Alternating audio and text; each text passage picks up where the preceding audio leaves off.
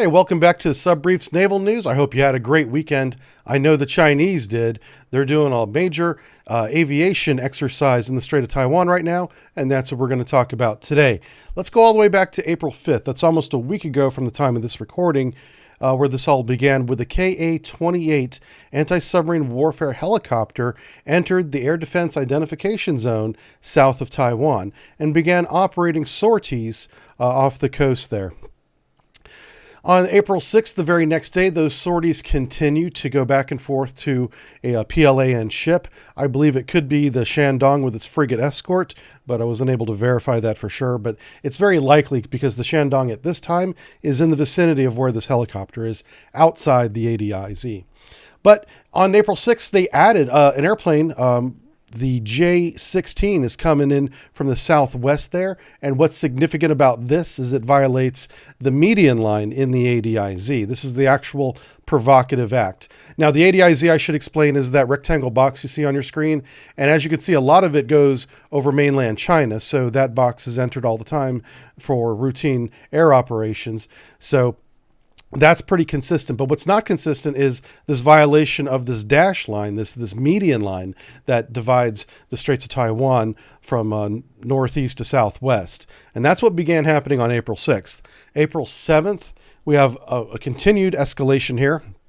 The Shandong has moved farther east and out of the ADIZ. The ASW helicopter ops stop on April 7th, but we have an escalation of additional aircraft, including a Y-8 REC aircraft, a reconnaissance aircraft, is operating with the J-16 escort in the southwest.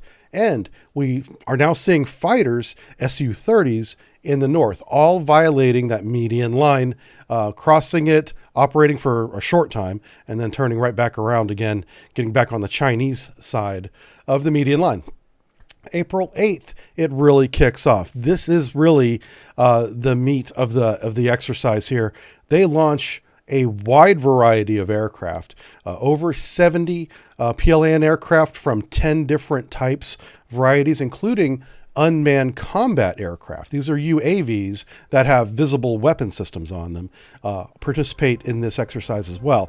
Down in the south, they have the long-range electronic warfare planes with a very long detection range, all violating the median line, crossing, operating. You can see the UCAV is operating practically halfway through the ADIZ, across before it turns around. That's the black arrow that goes back and forth and back up again. So April 8th is a huge exercise crossing the plane. There's also 9 PLAN warships in the vicinity, mostly in the south during this time. I believe that number 9 includes the 3 ships that are with the aircraft carrier, which are off to the east, approaching the Taiwan from the Philippine Sea.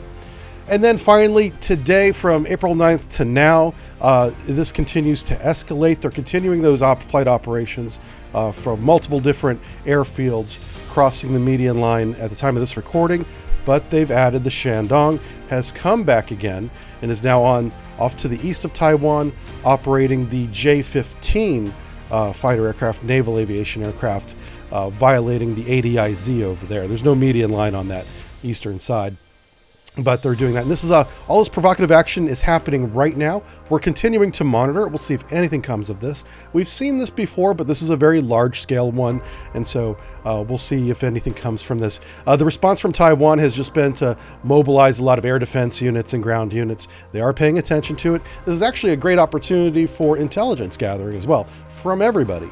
So we get to see how they operate. We learn some doctrine. We already know the performance capabilities of a lot of these aircraft planes, but we get to see them in action. So a lot of good stuff can be learned from this exercise on the Taiwanese and the United States side as well. If anything happens, we'll let you know. Thanks for watching, everybody. Take care.